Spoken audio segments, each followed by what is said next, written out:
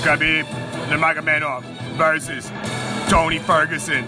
Khabib Nurmagomedov is the current UFC lightweight champion of the world on the most incredible dominant reign. Khabib has beaten 28 men in a row. He's undefeated. Khabib in his last 2 fights has absolutely set the UFC on fire, selling mega pay-per-views, destroying Conor McGregor. And in his last fight, he fought a war with the incredible Dustin Poirier, submitting him in the 3rd round. Khabib is a master.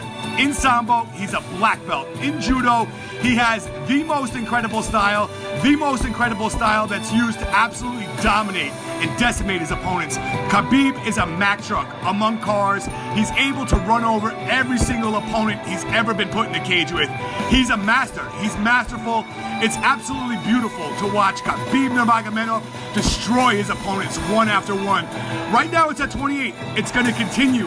Khabib is a dominant master. He's great. It's going to continue. 29, 30. Everybody in the world is going to know that Khabib is the greatest. Every great master needs an ultimate nemesis. They need a great fighter to push them, to make them better. And the greatest right now in Khabib's division is Tony El Khabib Ferguson. Tony Ferguson likes to stay in range with his opponents, and he likes to fight a constant fight of striking. He never lets go. Tony Ferguson has an incredible dynamic style. He's going to have a range advantage in this fight. He's going to have a 6.5-inch reach advantage. Right now, Khabib is 30 years old. He's 5 foot 10 inches tall. Tony is going to be 1 inch taller. Tony has fought at lightweight, at welterweight, and El Khabib Tony Ferguson is the perfect fight for Khabib Nurmagomedov. I want to ask you, ladies and gentlemen, how you feel about a matchup between Khabib, the Eagle, and Tony El Khabib. This is a match that has been canceled twice already, and it was canceled at UFC 209. Since then, these men have done nothing but win and force their incredible styles on their opponents.